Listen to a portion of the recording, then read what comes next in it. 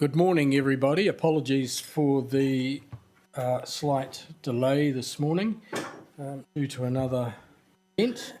Welcome to the Puna Kōrero meeting of the 3rd of October 2024. Let's begin with our karakia. Jeff, can you lead us? Ata maria koutou. Here we go. Toru wha. Whakataka tahau ki te uru. Whakataka tahau ki te tonga. Kia mā ki kina ki uta. Kia mā tātara ki tai. E hi ake ana ata kura. He tio, he huka, he hauhu, tihei mauri ora. Let's go Mets. Thank you, Jeffrey. Apologies. We note the leave of absence from Councillors Johnson and Trillin, and there are no other apologies. We're all here. There is no public forum today. Nobody wishes to speak in a public forum. Are there any conflict of interest declarations? There being none, I'll move on to notifications of extraordinary business, and there are no items.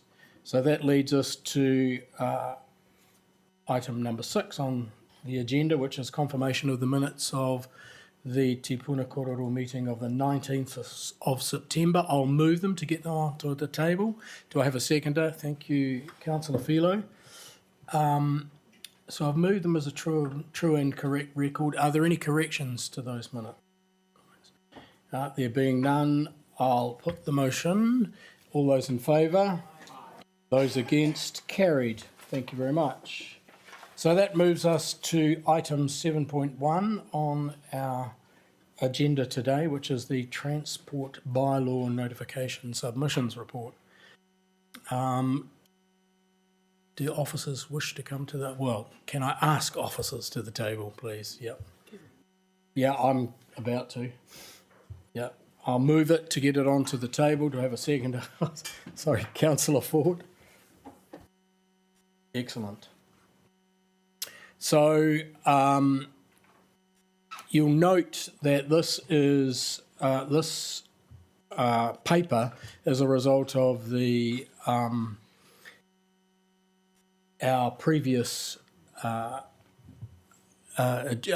on the agenda, which has now gone out for public consultation, and this is coming back. Was notified in the public. Can I ask Kaylee, whether you wish to give us a summary of, we've all read the paper, of the key points in there that came back from the public? Yeah, through the chair, good morning.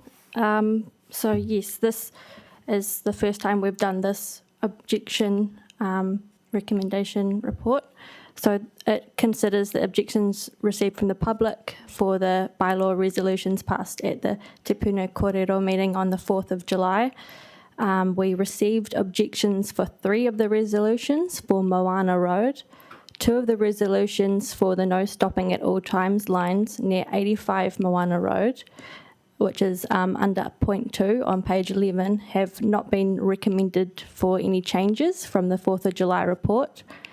But we are proposing to amend 1 resolution, which is the no stopping at all times near 75 Moana Road, point 3 on page 13. The amendment is due to objections we received, and we're proposing to reduce the no stopping lines from 30 metres to 22 metres, which will decrease the impact of the parking by 1 parking space. We have informed the residents who submitted objections of our change of recommendation, and that we've also provided responses to all the concerns in attachment 1 that they raised. So the point of these safety implementations is to address the speed on the northern part of Moana Road and Hongoeka Bay Road of cars travelling through the Urapa, and the lack of a turning area for public vehicles on public road. Great, thank you very much for that summary. Are there any questions, councillors, that you wish to raise, given that we've talked about this before on the 4th of July? Yes. Not a question, but or just comment. in support of this paper. Thank you very much for working with the Hongaweka community and obviously the residents of Moana Road. But just going forward, if you're still in communications with the Hongaweka community in regards to this? We haven't had communication with them in regards to the objections or the submissions made, but moving forward after this, we will let them know by the email of the decision made in this report, and then let them know of the timeline for the implementation of the changes. Councillor Filo. I've just got a quick question and then a comment. So with regards to attachment 1, one of the residents brought up a concern around recycling trucks and rubbish trucks not being able to turn around. Do those trucks not go into service Hongaweka residents as well? So they do. Yes, we've confirmed that with the waste team, and they do. So they are legally allowed to drive through the private road. Okay, so they would be going through there and turning around Hongaweka Marae to come back out. Yeah, correct. Thank you for clarifying that. I'm in support of your recommendations, and I just want to reiterate thanks for the work that you did with the community, Hongaweka Marae, and also to the residents. And I think it'll be a positive change. Yeah, thank you. Thank you. Mayor Baker. Thank you. Yeah, I totally agree. Thank you for the work you have done. It has taken us a long time. Very quick question. When we send these out for people to look at, to object, do you have to do this if you know that an ambulance or a fire engine can't get down the street and you're putting lines in for that actual reason? Or does that just get passed at council? We ask, what I know from previous cases, we've asked the emergency services if it's an urgent matter, and if it's urgent for them, then we would not consult, we would pass it through council. Are there any other questions, councillors? I think this has been well canvassed, and again, thank you for the work done through officers, and I think this is a good result. So in that case, I will now put the motion. All those in favour? Those against? Carried. Thank you. So that moves us to item 7.2, if officers can come forward for that as well. This is the dog control annual report. I'll move this to get it onto the table. Is there a seconder? Thank you, Councillor Hayward.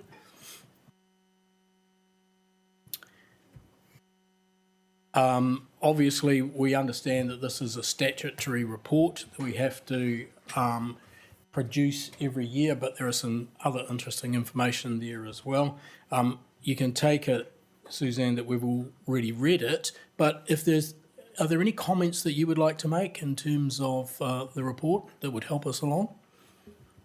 Tēnā koutou katoa. Before we go into questions, I'd like to introduce Leanne Lilo. She is our Senior Animal Control Officer, and she's here today with me to answer sort of any in the field questions or give examples.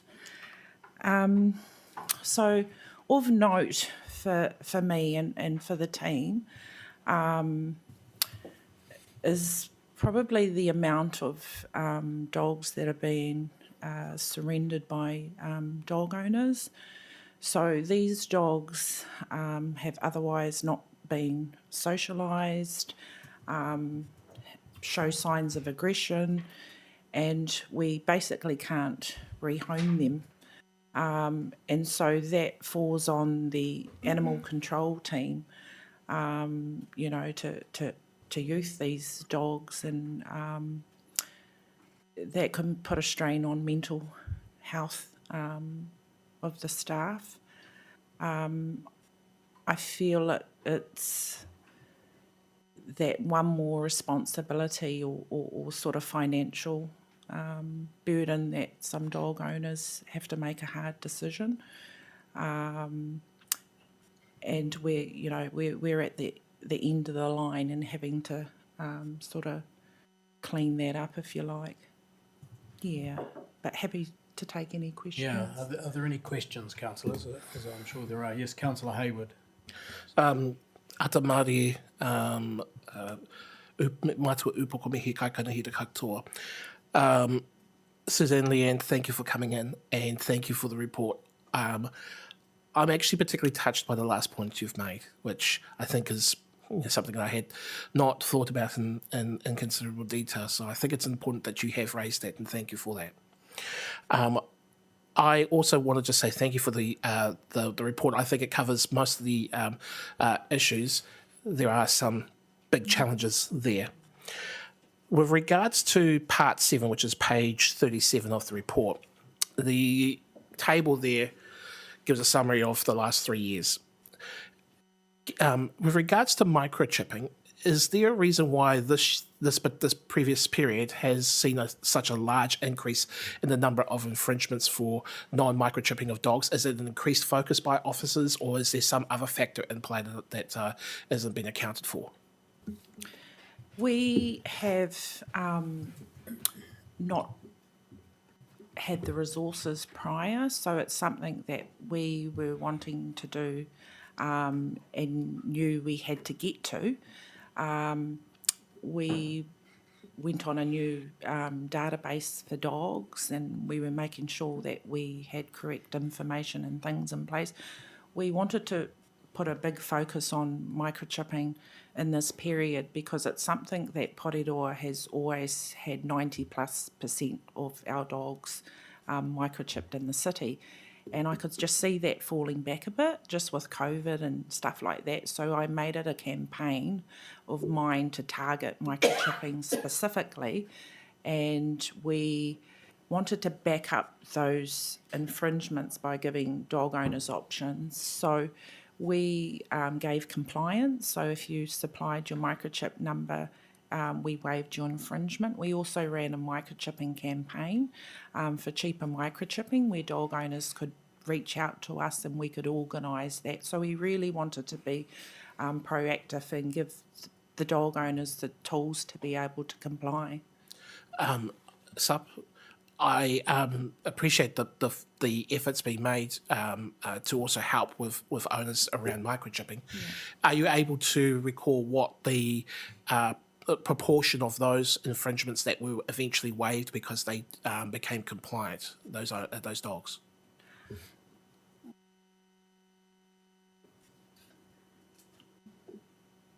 I'm also acknowledging as well that the success of these types of campaigns take some time. You could take more than a year or two before the full results to come out as well.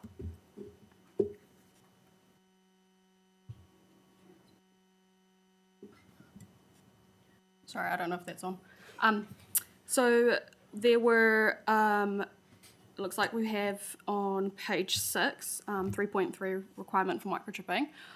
It puts in there that we 155 infringement fines were issued for non-compliance for non-microchipping, but out of that, only a total of 81 of those were actually enforced. Okay. So I missed that part, but okay. Yeah. So a 50% response rate for is actually quite impressive considering the nature of the challenge. So well done on that front. My next question is noting that there is also an increase in the non-registration of dogs as well. I was hoping that you might be able to drill down here. I'm suspecting that cost is a factor. Are there any other factors that we should be mindful of with regards to that particular area? And I have a second question onto that as well, which is obviously there's a penalty for non-registration of dogs. Are the penalties, the financial penalties, right in terms of deterring people not registering their dogs? Yeah, so we came out of that year with about 200 dogs that hadn't otherwise been registered.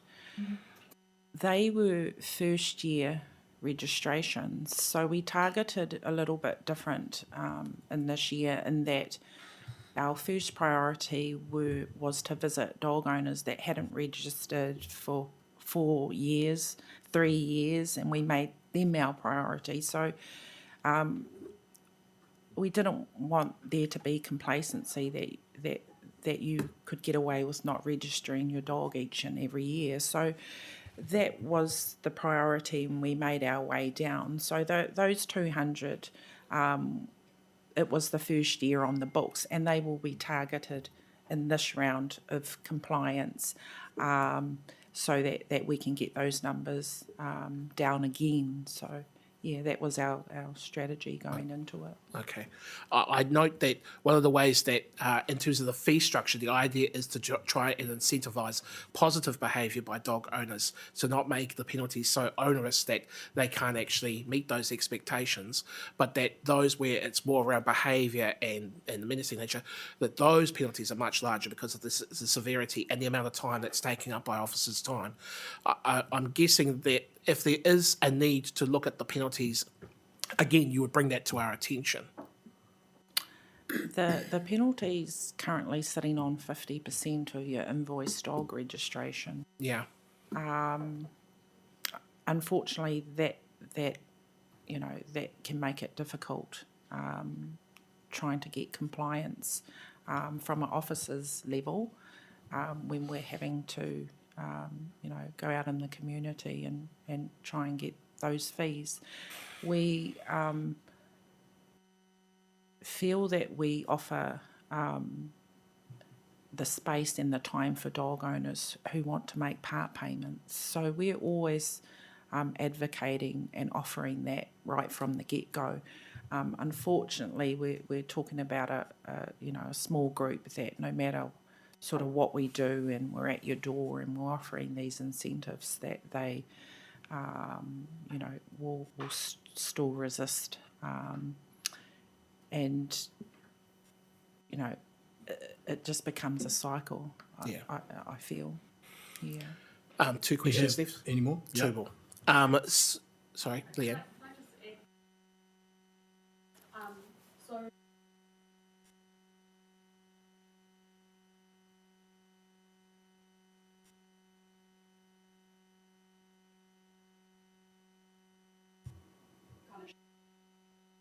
Sexing wasn't happening at the moment. That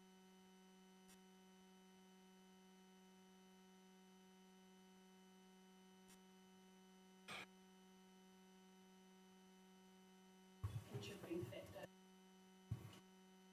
finds all that relation with that those dogs as well. That education isn't there when and they think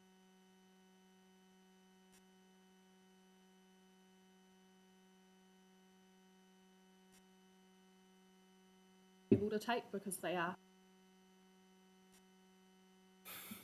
You guys have been very vigilant. Thank you. 2 questions. With regards to the confinement infringement, 52A, there's a doubling in 2 years of that. Is this also a correlation with regards to the number of dogs that are also showing up in the community as well? That one's twofold. So the failure to control is what we will use for dog attacks, and also we have had to think out of the square for this year, as in we know money's tight, and not everyone has the money to get their dog out of the pound. Yeah. So in thinking about that, we will, if you fall in that category, we will give you an option to have a failure to control fine in lieu of your impound fees, so your dog can go home. So your dog was out, it was roaming, it wasn't under control. That's how we picked it up, and it's in the pound.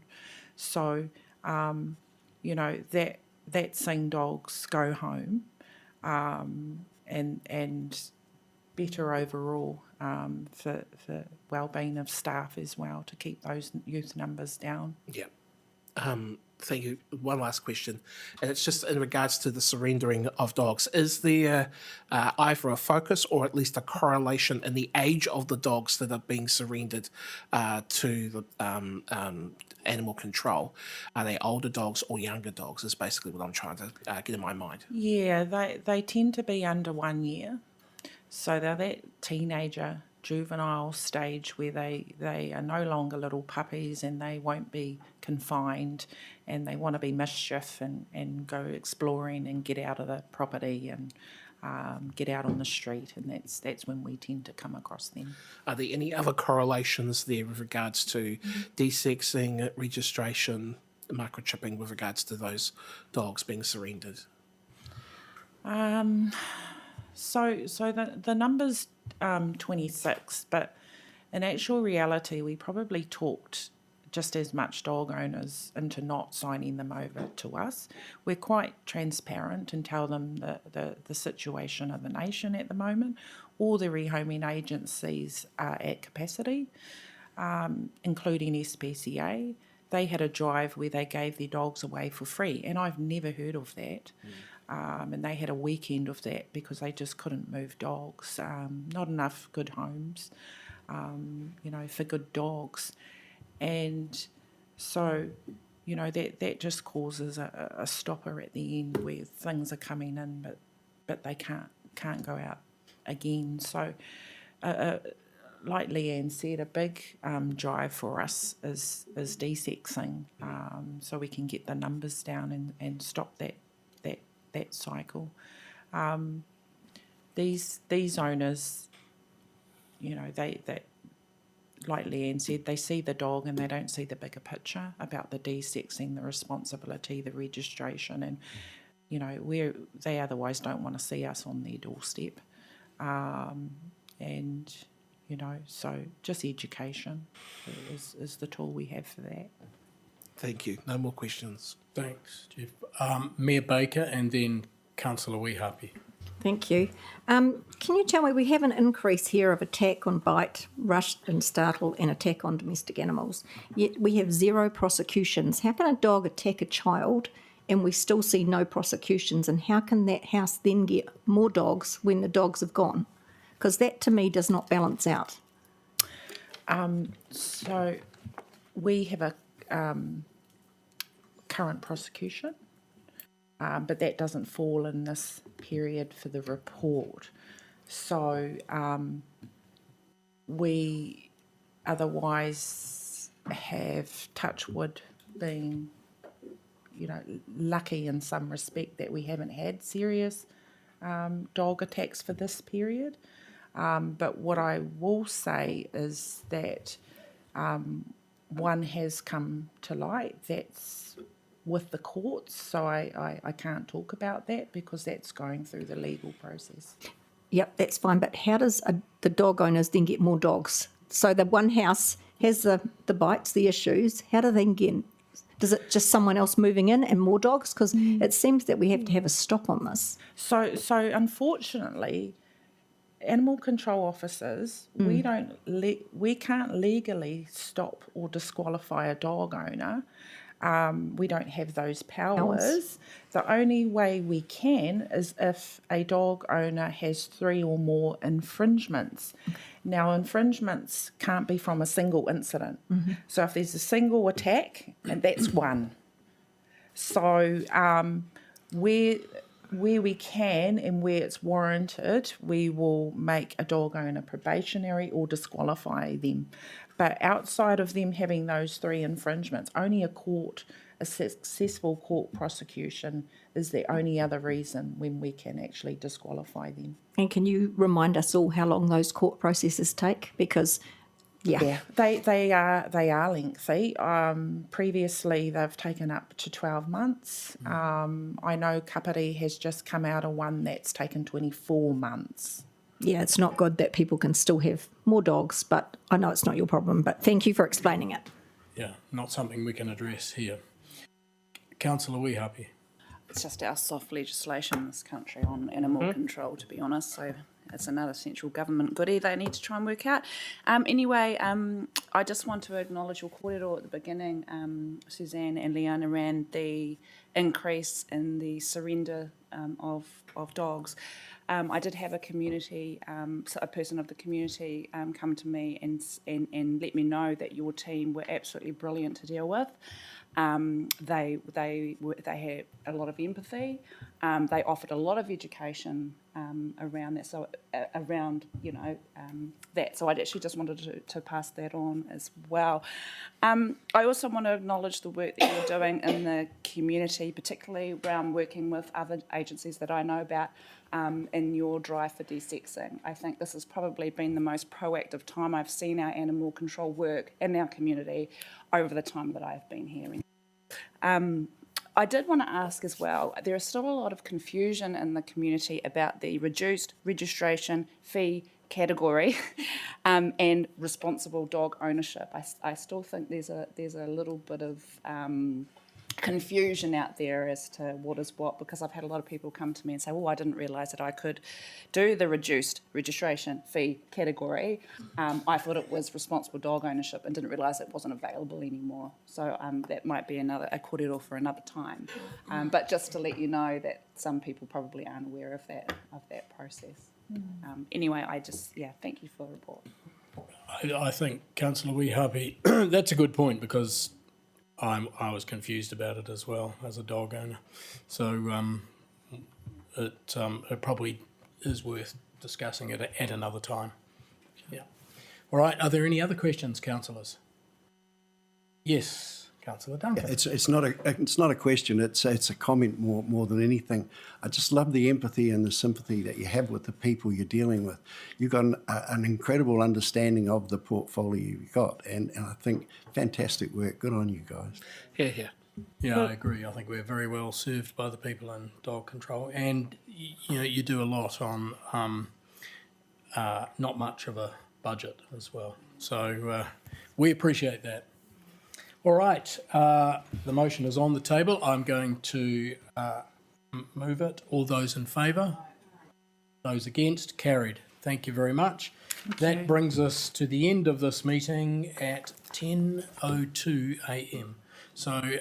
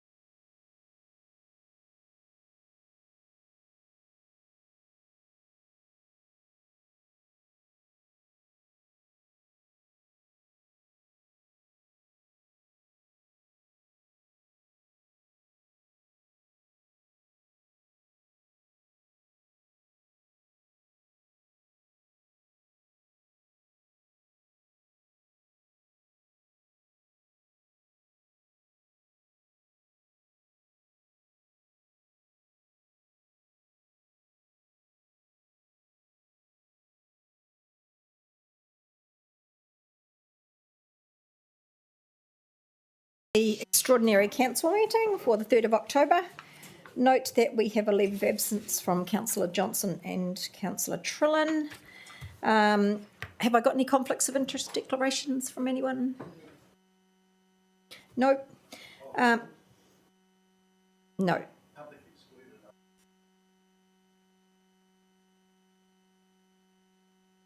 Yes, what? So Yes. I can't do it until I point to the paper, and that's in public excluded, isn't it? Okay.